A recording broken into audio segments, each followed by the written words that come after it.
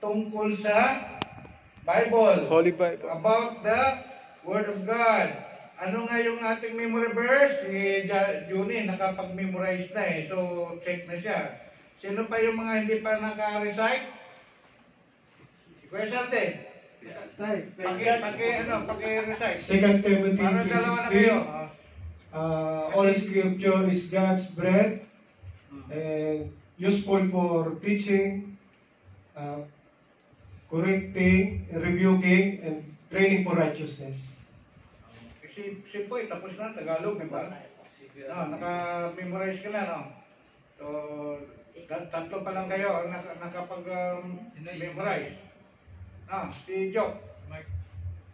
Si Jock. So, 2 Timothy 3:16 yun, di ba? So, all scripture is given ano yan? Is inspiration given by God, profitable for what? Doctrine, reproof, correction, and teaching for righteousness. So, okay. Ano yung binigay ko na pinakamahirap na Bible verse nung nakaraang Friday? Ano yung sabi ko, i-memorize nyo? Pinakamahirap. Ano yan? Nakalimutan, hindi nila na yung ano. Ilistahan ninyo, pag magbigay ako ng Bible verse, ilistahan nyo kasi alam nyo mga kapatid, napaka halaga po na meron tayong Word of God na na-memorize, no? Ano nga yan? Pinakamahirap na verse tungkol sa salvation? Yan, 3:16 yung binigay ko, ha? Yan, 3:16.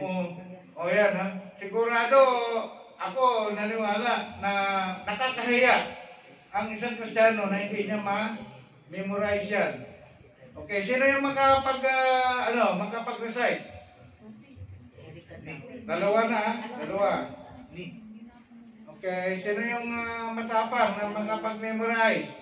Makapag-recite? Parang teacher. Kasi teacher naman talaga ako nung bago ako nag-abroad. No, teacher ako. Kaya ang mode ng gagawin ko ngayon is teaching. Okay, teaching. Okay, Kuya John 3:16 sir.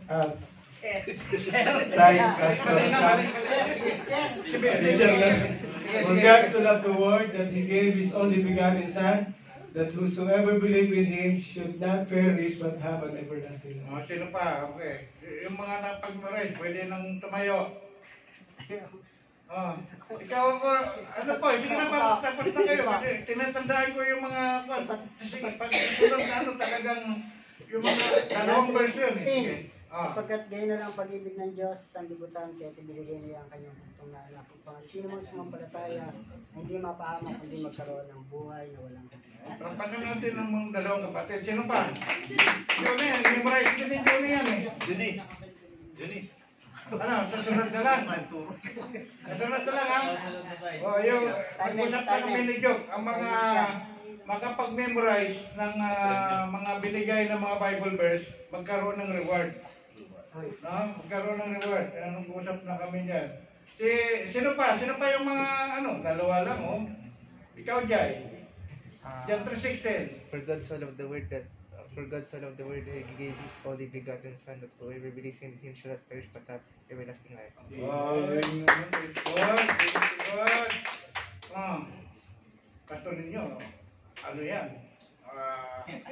Alam niya ni Kuya ninyo. Kuya ninyo. For God so loved the world that He Hirap pa gave naman itong verse na His to. only begotten Son, whoever perishes have everlasting life. At least, gagawa kasi ako ng listahan talaga para formal. Ito, check to. Ito, memorize na to. Malaman, imumonitor ko. O kaya, Kuya Jeremy, Kuya Carl, i-memorize nyo yan, ha? Kahit Tagalog. Kung hindi nyo ma-memorize sa English, Tagalogin nyo. Kung may local dialect kayo, kung Bisaya, gusto nyo gawin Bisaya, Bicolano, or Ilocano, pwede nyo, si Kuya Ted. Ano yung na-memorize mong verse sa dalawa yan? Pwede mo i-recite nyo yun. Kaya Alan. English na lang. English pwede. Ano yung John 3:16? Sige, John 3:16. For God so loved the world that He gave His only begotten Son, that whoever believes in Him shall not perish but Hindi ko alam kung anong ginamit niya. Engineer yan. Kaya ginamitan niya ng mga equation, kita mo. Kaya alam. John 3:16. Oh, For God so loved the world that God gave His begotten Son, that whoever believe in Him shall not have perish but have eternal life. Nakaano yan ha? 1, 2, 3, 4, 5, 6, 6. Ano na yung Sir, ito po. Imagine, pinakamahirap na verse yung binigay ko sa inyo, na-memorize nyo. Naiiyak. Oh, galing-galing talaga. Glory to God. Oh. Si Mark. Mark, sige na. Huwag ko nang titignan yan. No? Sasabihin po. Dito ka tingin. Huwag yan. Dito ka tingin sa akin. John 3:16, for God so loved the world that He gave His only begotten Son, that Oh. whosoever believes in Him should not perish but has an everlasting Oh, praise the Lord. Gawin natin na enjoyable naman ito natin. Sino pa? Yung huwag kayo maya. Baka yung mga naka-memorize dyan, huwag kayo maya. Wala na. Sige, sunod na lang. Okay. Ang ating napag-aaralan nung nakaraang Friday ay tungkol sa kung anong tinatayuan natin na paniwala tungkol sa Diyos. Diba? So, statement of faith number 2, iulitin ko kasi dugtungan, hindi natin natapos ito nung Friday. Ang sabi doon, we believe in one God, no? The Creator of all things, eternal, infinite, perfect, and manifested in 3 persons as the Father, Son, and the Holy Spirit, which we call it Trinity. So, ang tinakal natin ay tungkol sa isang ang katangian or attributes of God na kung saan He is the Creator of all things. So may mga ibinigay ako sa inyo ng mga Bible verse na nagpapatunay na ang Diyos na sinasamba natin, siya ang gumawa ng lahat ng mga bagay. No? Ito yung sinasabi ko nung nakaraan. Okay, DCFIM is monotheistic Christian. We can say that this is a religion, no? But religion is not important for us. It's relationship to God. Amen. Okay, monotheistic means the belief that there is only one God. We believe that there is only one God. Amen. Amen? Yan ang tinatayuan natin. Hindi tayo naniwala na marami ang Diyos natin. Isa lang ang Diyos na sinasamba natin. He is the Creator of all things. Okay? Yun ang pinag-ano natin nung nakaraan. Ang Diyos na ating pinamaliwaan ay Diyos ng mga anong buhay. Di sinabi doon na hindi siya, sa verse 27, hindi siya ang Diyos ng mga patay, kundi ng mga buhay. Kayo'y kakamaling, ito kasi tinuro ni Jesus Christ doon sa mga skriba, no, na encounter niya, na nagtanong sa kanya kung ang mga tao na namatay ay makilala pa ba niya magkaroon pa ba na after the resurrection, magkaroon ba ng manganganak, ang mga couples, no? Mamatay, nagkaroon ng resurrection. So sabi ni Jesus Christ, pinaliwanag niya, no? Okay, next. Dito na yung mga magsusupport doon sa kiniklaim natin na ang Diyos natin, He created all things. Lahat ng mga bagay, no? Sabi nga dito sa Psalm 33 verse 6, by the word of the Lord, the heavens were made, and all the stars by the breath of His mouth. Ang dami niyang stars niyan, billion, no? Yung buong universe na yan, ang lawak, no? Ginawa ng iisang Diyos yan. Makapangyarihang Diyos. Amen. No? So, He is a creator. Okay, ito pa, maganda din dito nagsusupport na yung sa Colossians chapter 1 verse 16. Ang doon, no? Sinabi doon sa dulo. Doon sa puno. For in Him, all things were created. For in Him, actually, ang Him na yan, si Jesus Christ, ang tinutukoy dyan. No? Things in heaven, on earth, visible and invisible. No? Yung mga invisible things. No? Yung mga hindi natin makikita. No? Whether thrones or dominions or rulers or authority, sila na yung mga sabi ko nga, walang, nung na-create ni God ang mga angels, wala pang mga demons, wala pa si Satan. No? Nagkaroon lamang ng Satan at mga demons nung sila po ay nagkaroon ng pagkakasala na ambition si Lucifer. Si Lucifer is the Satan before, no? His name, Satan pala, his name before is Lucifer, no? So, pinarusahan siya ng Diyos doon sa ginawa niya na parang gusto na magkudita. Gusto niya ni Lucifer sambahin din siya katulad ng Diyos, no? So, all-knowing ang God, nalaman niya yun. Pero may mga pinarusahan siya, ginawa siyang pangit. Kasi dati siyang the most beautiful angel na ginawa ng Diyos. Worship leader siya. Tandaan natin, ha? Si Lucifer, he is a worship leader. Lumaki ulo niya. No? Lumaki ulo ni Lucifer, kaya yun, ginawa siyang Satanas. Pinangit siya. Hindi na siya maganda. So, no? All things were created through Him and for Him, for Jesus, no? And that. So, ngayon, itong power, gagawin ko to sa PDF. I-convert ko to sa PDF, ilagay ko sa ating chat room, basahin ninyo. Yung una, yung statement of faith number 1, ay nandoon na. I-review nyo yun, basahin nyo yun. Yung statement of faith number 1, yung ginawa kong ginamit ko nung nakaraan na para maturuan ka tungkol sa Bible. Okay. Ito, skip na natin kasi paliwanag ko na po yan. Pupunta na po tayo sa pangalawang katangian ng ating Diyos. Ang pangalawang katangian ng ating Diyos, He is an infinite. Anong infinite? Sa Tagalog, walang hanggan. Okay. So, ibig sabihin, ang Diyos natin, before the creation of everything, before the universe was created, ay nandyan na siya. No? Walang hanggan. Siya, nandyan na siya. Sabi nga doon sa Isaiah verse 40, verse 28, do you not know? I have not heard, the Lord is the everlasting God. No? The creator of the ends of the earth, He will not grow tired or weary, and His understanding no one can fathom. Jeremiah chapter 23 verse 24, sabi noon sa Tagalog, no? Ako ay Diyos na nasa lahat ng lugar.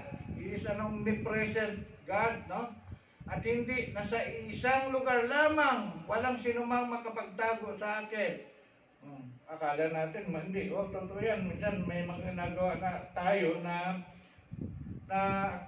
hindi nakikita ng kapwa natin, hindi nakikita ni pastor, hindi nakikita ni kapatid, pero mayroong isang nakakakita. Di ba? Ang nakakita, siyempre ang ating Diyos, wala nakakatago sa Kanya, no? Sabi na, walang makapagtago sa akin kahit saan man, lihim na lugar. Yan. Saan ka man magtago, no?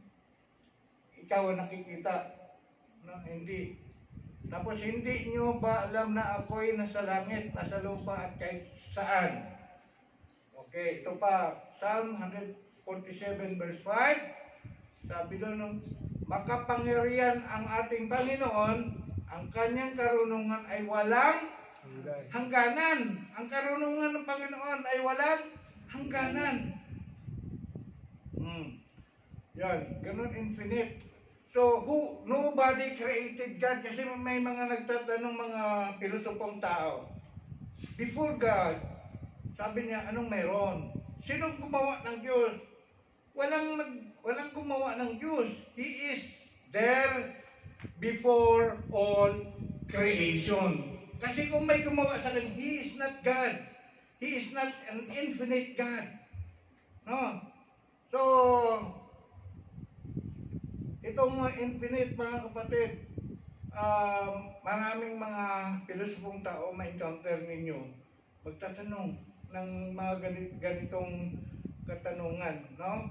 So, kaya nga, binibigay ko sa inyo mga Bible verse to support our claim, no? Na tayo naniwala, ang Diyos na pinapaniwalaan ko natin, He is God of infinity. He is infinite God. Siya ang Diyos na walang hanggan. Okay? So, pangalawa na po tayo, yung unang katangian ng Diyos, ano yan? He is the creator. No? Of all things. And then, sabihin mo lang na, kung tapos na, so the God that we believe is perfect. Perfect. No? Ang Diyos na ating pinapaniwalaan, perfecto. Sabi doon sa Matthew chapter 5 verse 48, be perfect therefore as your heavenly Father is perfect. Ito patutuo na ang ating Diyos ay perfect. Be perfect. No? Sabi nga ng mga ang tao na walang perfecto, si Picto lang daw yung si Picto lang yung perfecto. Si perfecto pala. No?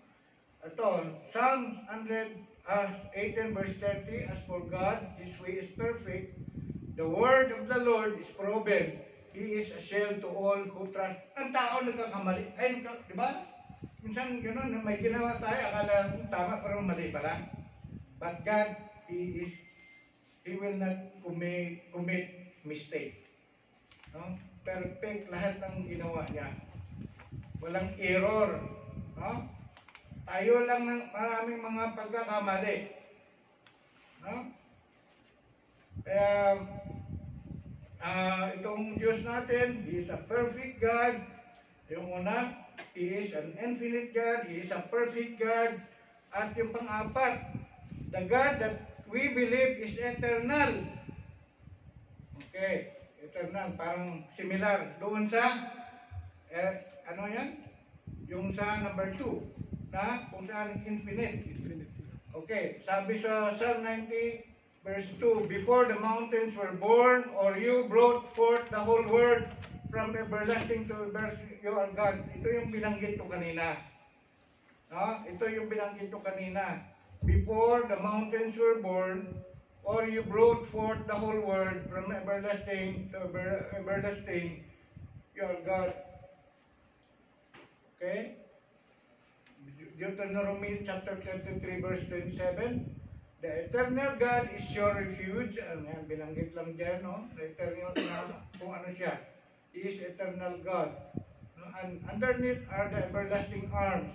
He will drive out your enemies before you. Binanggit to ni God kay Moses. No?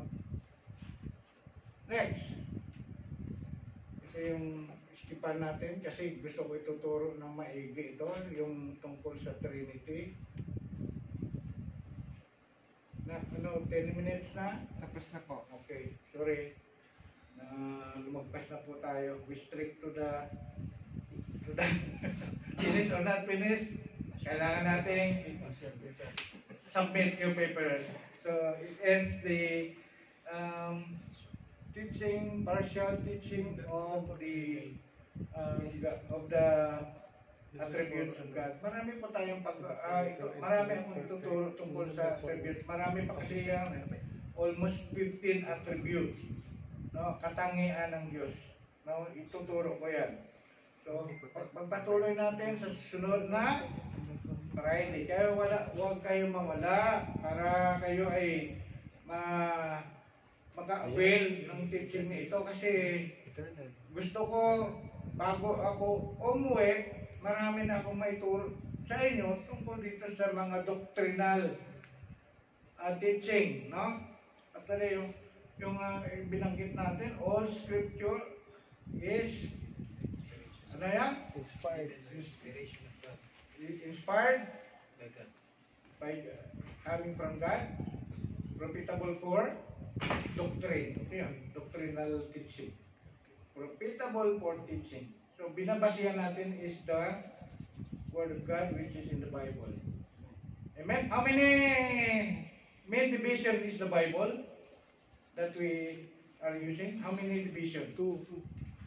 What is the first division? Old Testament. Old Testament, and then? New Testament. And in how many books is the Old Testament? 39, 39. Good. How about the New Testament? 97. 27.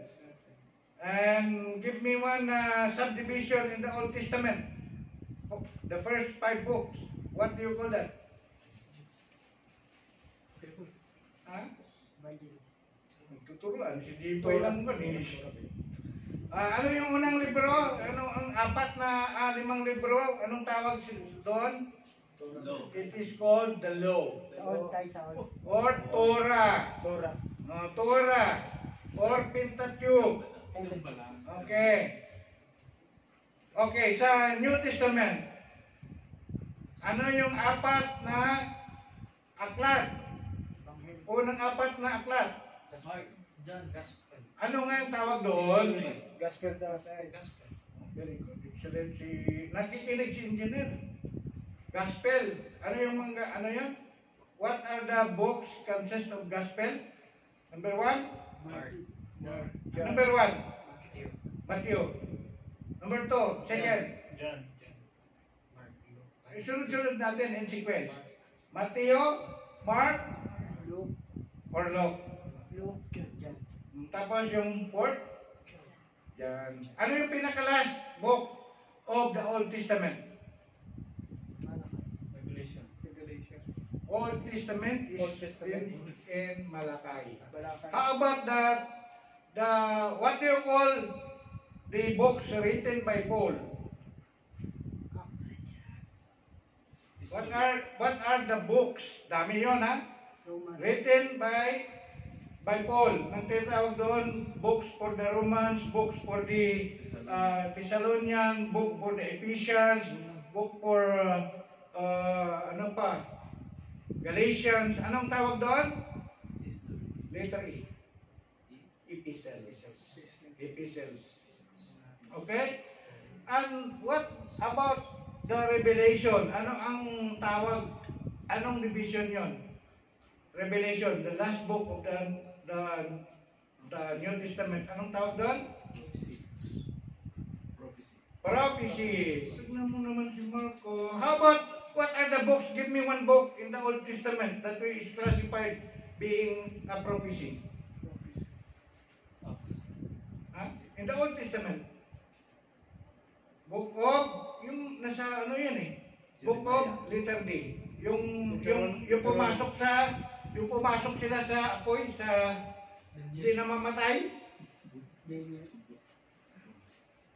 Ganyan. Okay? So, ganun ako mga kapatid.